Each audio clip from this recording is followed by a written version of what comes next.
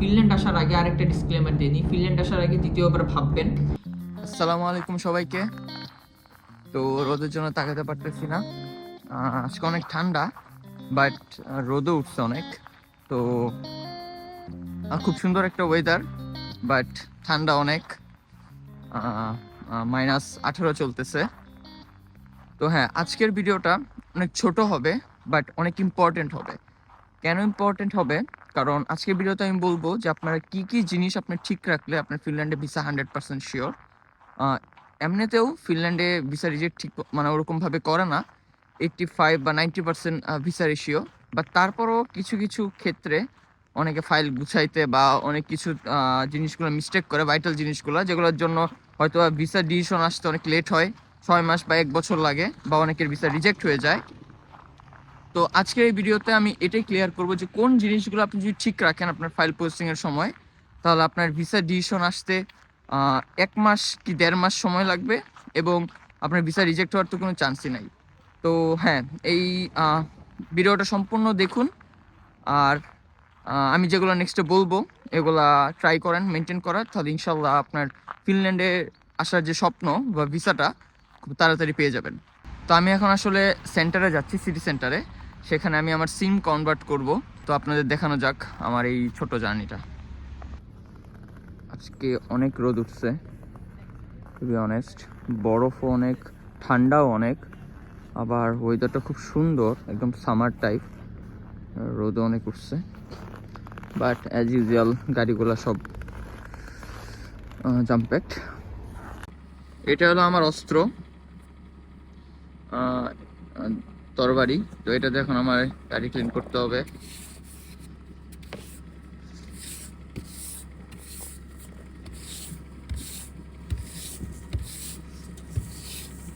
ভাগ্যিস ভালো কালকে রাতে স্নোফল হয় নাই, নাহলে খবর হয়ে যেত। কারণ আজকে এই উইকের মধ্যে আজকে অনেক ভালোই ঠান্ডা, সবচেয়ে বেশি ঠান্ডা এই উইকের মধ্যে পড়ছে, মানে এই 2-3 উইকের মধ্যে। মাইনাস এখনই চলতেছে 18, এত রোদ, তারপরে চলতেছে 18, -18। বাট আমি জানি না রাতে কি হবে।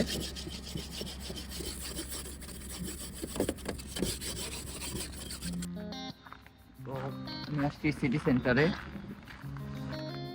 আজকে হচ্ছে স্যাটারডে, তো হলিডে, সাপ্তাহিক ছুটির দিন। তো তাই রাস্তাঘাটে তেমন মানুষও নাই, গাড়িও নাই।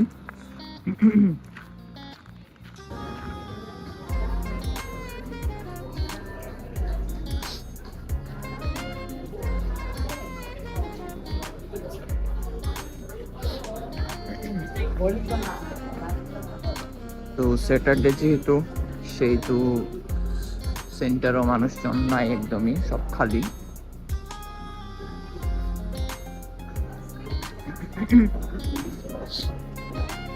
ওই যে আমার সিম কোম্পানি, ওটা ডিএনএ, সেখানেই যাব।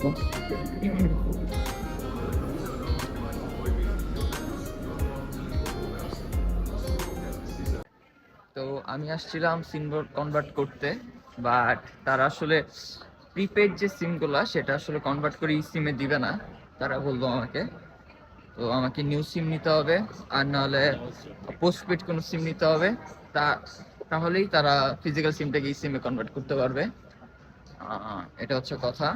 তো এখন কি করার, পরে শেষমেশ আমি আর কি আরেকটা সিমই নিয়ে নিলাম নতুন। আমার লাগবে সিম আসলে দুইটা কাজের জন্য।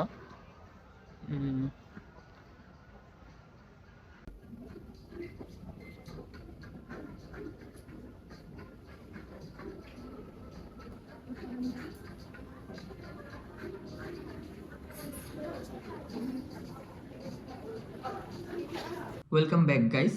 তো এখন এই ভিডিওর মূল টপিকে আসা যাক, কি কি জিনিস আপনারা ঠিক রাখলে আপনার ফিনল্যান্ডে অ্যাজ এ স্টুডেন্ট হিসেবে ভিসা আপনার রিজেক্ট হবে না বাংলাদেশ থেকে। আর না হয় যে মাসকে মাস বা বছরকে বছর ডিসিশন আসতে দেরি করে, এই লেটটাও হবে না।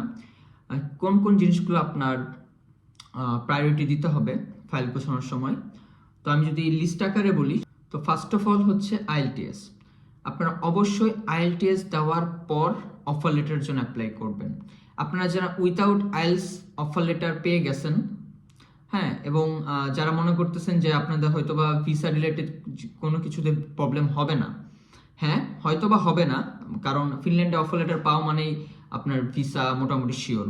বাট অনেক ক্ষেত্রে ভার্সিটি ইংলিশ প্রফিসিয়েন্স প্রুফ চায়। তো সেক্ষেত্রে আপনি যদি আইএলস না দিয়ে অফার লেটারের জন্য অ্যাপ্লাই করেন, হয়তো আপনি অফার লেটার পেয়ে যাবেন, বাট ভিসা ডিসিশন পেতে আপনার হয়তো লেট হতে পারে, এমনকি আপনার ভিসা রিজেক্ট হতে পারে। নাম্বার 2 হচ্ছে ব্যাংক সলভেন্সি। এই ব্যাংক সলভেন্সি আপনার ভিসা হওয়া বা না হওয়ার ক্ষেত্রে 95% রোল প্লে করবে। প্রথমত আপনারা যারা 2026 বা 2027-এ ফিনল্যান্ড ঢুকবেন, বর্তমান রুলস অনুযায়ী ফিনল্যান্ডে আসার আগে আপনার অবশ্যই আপনার ব্যাংকে 9600 ইউরো সমপরিমাণের টাকা আপনার ব্যাংকে দেখাতে হবে, যেটা কিনা 1 বছরের এক্সপেন্স। ফিনল্যান্ডে ভিসা হওয়ার পিছনে এটাই হচ্ছে সবচেয়ে গুরুত্বপূর্ণ, যে আপনার ব্যাংকে 9600 ইউরো সমপরিমাণের টাকা আছে কিনা। অনেকে 9600 ইউরো সমপরিমাণের টাকা না দেখিয়ে তাদের ফাইল সাবমিট করে এম্বাসিতে, বাট সেই দরুন আপনার হয়তো বা ভিসাটা রিজেক্ট হতে পারে, আর না হয় সাপ্লিমেন্টের উপর সাপ্লিমেন্ট ভিসা অফিসাররা আপনার কাছে চাইতে পারে। তো সেটার জন্য হয়তো বা আপনার ডিসিশন পেতে অনেক অনেক লেট হয়ে যায়। যেমন অনেকে 2025 সালে অ্যাপ্লাই করছে, তাদের ডিসিশন এখন পর্যন্ত ঝুলায় রাখছে ভিসা অফিসাররা, কারণ তাদের ফাইলে এই ছোটোখাটো যে জিনিসগুলা, মানে ছোটোখাটো যে ফল্ট বা মিস্টেকগুলো আছে, সেই দরুন তাদের ভিসাটা রিজেক্ট হয় বা অনেক টাইমের পরে ভিসা ডিসিশন তারা পায়। তো অবশ্যই এটা করা যাবে না। 9600 ইউরো সমপরিমাণের টাকা আপনার নিজের স্টুডেন্ট অ্যাকাউন্টে রাখতে হবে। আমি আবার বলতেছি, 9600 ইউরো সমপরিমাণের টাকা আপনার স্টুডেন্ট অ্যাকাউন্টে, যে অ্যাকাউন্ট থেকে আপনি টিউশন ফি পেমেন্ট করছেন সেই অ্যাকাউন্টে আপনার রাখতে হবে, মানে আপনার নিজের অ্যাকাউন্টে, স্টুডেন্ট অ্যাকাউন্টে। এটা হচ্ছে 1 বছরের লিভিং এক্সপেন্স। আপনারা আপনাদের ফিনল্যান্ড আসার ক্ষেত্রে ফিনল্যান্ড সরকারকে বা ভিসা অফিসারকে কনভিন্স করতেছেন যে আপনার কাছে এনাফ ফান্ড আছে এখানে এসে 1 বছর সার্ভাইভ করার জন্য। তো এটা মাস্ট। এখন নাম্বার 3, সেটা হচ্ছে স্পন্সরশিপ। স্পন্সরশিপও অনেক ভাইটাল একটা রোল প্লে করে আপনার ভিসা হওয়া বা না হওয়ার পিছনে। সেটা হচ্ছে আপনি যে আপনার ব্যাংক অ্যাকাউন্টে, স্টুডেন্ট অ্যাকাউন্টে যে 9600 ইউরো দেখাইছেন, অ্যাপ্রক্সিমেটলি 15 লাখ টাকার মতো যদি বাংলাটা হিসাব করি, তাহলে ওইটা যে আপনি আপনার ব্যাংকে রাখছেন স্টুডেন্ট অ্যাকাউন্টে, তো ওই টাকাটা কোথা থেকে আসলো, হ্যাঁ এটার একটা ক্লিয়ারেন্স দিতে হবে, এটার একটা ব্যাকগ্রাউন্ড দেখাইতে হবে আপনাদের, যেটাকে আমরা স্পন্সরশিপ বলি। সেটা হয়তো বা আপনি আপনার বাবার বিজনেস দেখাইতে পারেন, বা আপনার বাবার স্যালারি দেখাইতে পারেন, বা ল্যান্ড সেল দেখাইতে পারেন, যেটা মঞ্চে আপনি সেটা দেখাইতে পারেন, বাট সেটা অবশ্যই ভ্যালিড হইতে হবে। আপনি এমন কিছু না যে ইলজিক্যাল যে কোনো জিনিস আপনি স্পন্সরশিপে দেখাই দিতেছেন, যেটা আসলে লজিক্যালি যায় না জিনিসগুলা। তো সেই জন্যই আসলে ভিসা ডিসিশন পেতে অনেক লেট হয়, এবং এমনকি ভিসা ডিসিশন রিজেক্ট হয়।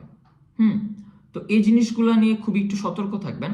আপনারা যারা স্পন্সরশিপ নিয়ে দ্বিধাদ্বন্দ্বে ভুগতেছেন, তাদের জন্য আমি বলি, ফিনল্যান্ডে স্পন্সরশিপ যে আপনার ফার্স্ট ব্লাড হইতে হবে বা আপনার মা বাবা হইতে হবে, এমন কোনো রুলস রেগুলেশন নাই এখন পর্যন্ত। ফিনল্যান্ডে আপনার যে কেউ স্পন্সর হইতে পারে। তো সেটার ক্ষেত্রে আসলে কোনো প্যানিক নেওয়ার দরকার নেই যে আমি স্পন্সর কাকে দেখাবো, আমার বাবার তো এত টাকা নাই বা আমার রিলেটিভস এত টাকা দিবে না। তো যে কেউ আপনার স্পন্সর হইতে পারে। তো যে কোনোভাবে আপনি সেই টাকাটা ম্যানেজ করে, বাট অবশ্যই যেটা বললাম, ভ্যালিড রিজন, ভ্যালিড স্পন্সরশিপ এবং ভ্যালিড সোর্স অফ ফান্ড, যে টাকাটা কোথা থেকে আসলো সেটা অবশ্যই ভ্যালিডভাবে আপনার দেখাইতে হবে। তাহলে ইনশাল্লাহ আপনার ভিসা ডিসিশন আসতে লেট করবেন এবং আপনারা ভিসা রিজেক্টও খাবেন না। নাম্বার 4, সেটা হচ্ছে ট্রানজ্যাকশন। এটাও অনেক বড় একটা রিজন ভিসা হওয়া বা না হওয়ার পিছনে, বা সাপ্লিমেন্ট বারবার চাওয়ার পিছনে। সেটা হচ্ছে, আমি আপনাকে ফার্স্টে বলছি যে আপনার ব্যাংকে 9600 ইউরো রাখতে হবে। দেন আপনার স্পন্সর, হ্যাঁ যে আপনার স্পন্সর, সেটাতে আপনি মেনশন করবেন, ক্লিয়ারেন্স দিবেন যে আমার স্পন্সর, তার ইনকাম সোর্স এটা, সেই ধরুন আমার এখানে এরকমভাবে টাকা আসছে। এখানে আরেকটা জিনিস আছে, অনেকে সব কিছু করে বাট ভিসা রিজেক্ট খায় বা ভিসা ডিসিশন আসতে অনেক লেট হয়। সেটা হচ্ছে, দেখুন, প্রথম হচ্ছে আপনার স্টুডেন্ট অ্যাকাউন্ট, যে অ্যাকাউন্টে আপনি 9600 ইউরো রাখবেন। সেকেন্ডলি, আপনার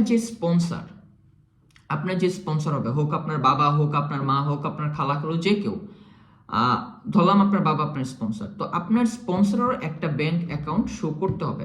এটা হচ্ছে এমন না যে এটা ম্যান্ডেটরি, বাট এটা আপনার ভিসা ডিসিশন পাওয়ার ক্ষেত্রে অনেক বড় একটা রোল প্লে করবে। কেন, আমি আপনাকে আরেকটু ডিসক্রাইব করি। সেটা হচ্ছে, আপনার বাবা আপনার অ্যাকাউন্টে এতগুলা টাকা ট্রান্সফার করছে, এটার প্রুফ আপনাকে দিতে হবে।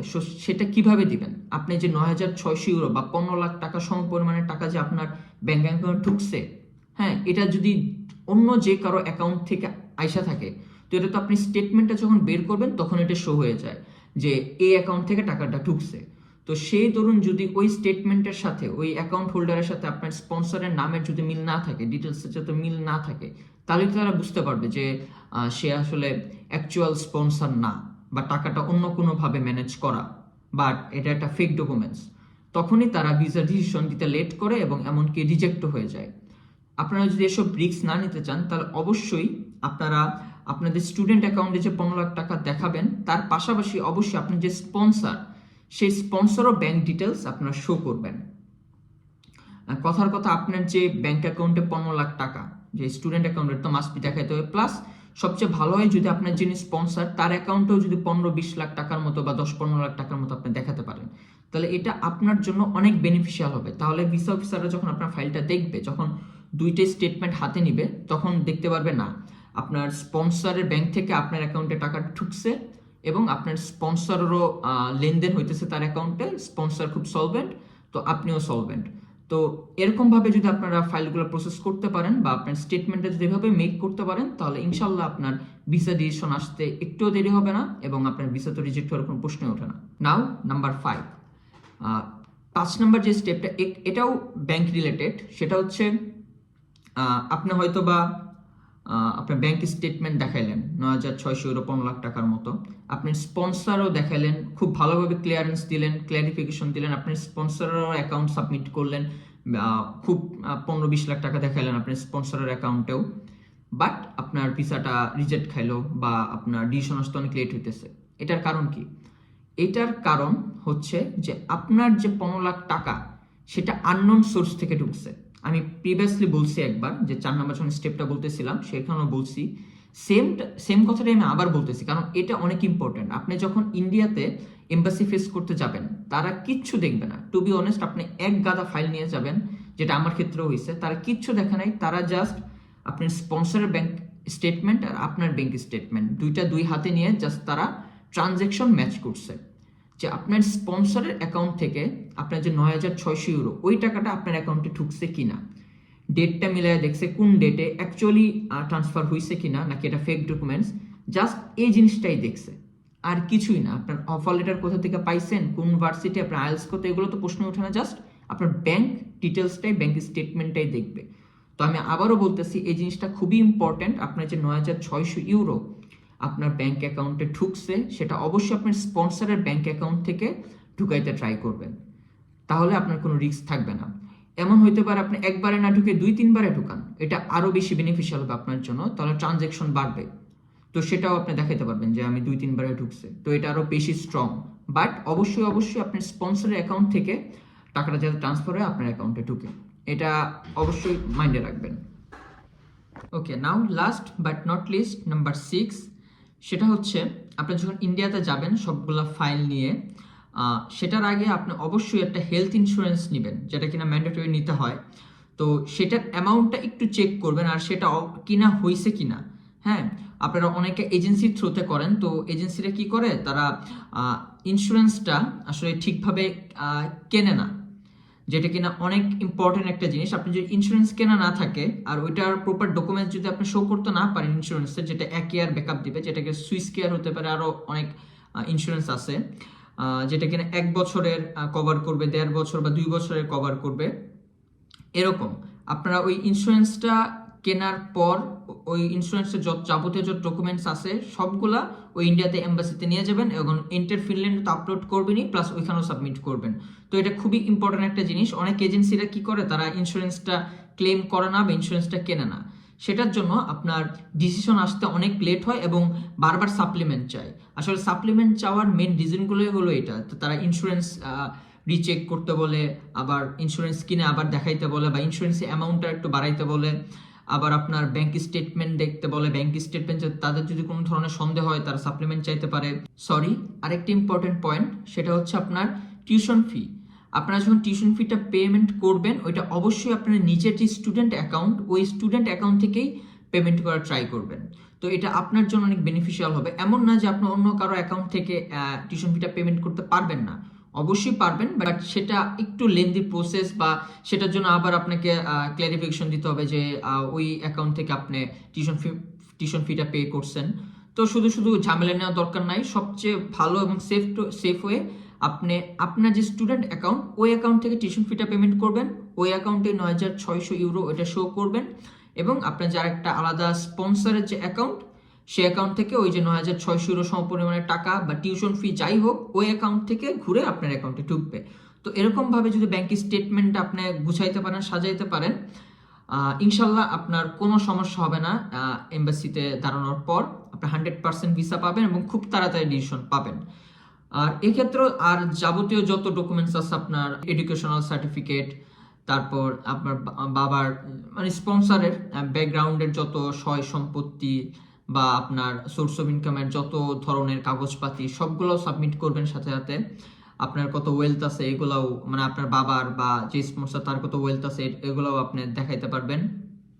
আর এছাড়া আপনার আইএলটিএস এর সার্টিফিকেট, অফার লেটার, এগুলো তো সাথে নিয়ে যাবেনই। তো ইনশাল্লাহ আমি যেগুলো বললাম এই ভিডিওতে, এগুলো যদি আপনি একটু কেয়ারফুলি সবকিছু গোছান, তো আপনার ভিসা রিজেক্ট হওয়ার তো কোনো প্রশ্নই ওঠে না, এবং আপনি ম্যাক্সিমাম 1 থেকে 1.5 মাসের মধ্যে আপনি ডিসিশন পেয়ে যাবেন। তো আজকের ভিডিওটা আসলে এই রিলেটেডই, যে আপনারা কিভাবে কোন জিনিসগুলো ইগনোর করবেন এবং কোন জিনিসগুলো খুব ভালোভাবে আপনি যদি ইমপ্লিমেন্ট করেন, তাহলে আপনার ভিসা ডিসিশন খুব তাড়াতাড়ি চলে আসবে। তো এটাই ছিল আজকের ভিডিও। আর একটা কথা, আমি এই ভিডিওটা মনে হয় অনেকদিন পরে দিতেছি, আমি জানি না কতদিন পরে অ্যাকচুয়ালি আমি রেকর্ড করতেছি, বাট এটা কবে আপলোড হবে আমি জানি না। তো মোটামুটি মনে হয় অনেকদিন পরেই আমার এই ভিডিওটা আসতেছে। তো এর মধ্যে আমি যে 1-to-1 লাইভ সেশনের যে লিঙ্কটা দিছিলাম, সেখানে অনেক অনেক মানুষ আপনারা রেজিস্ট্রেশন করছেন, আলহামদুলিল্লাহ।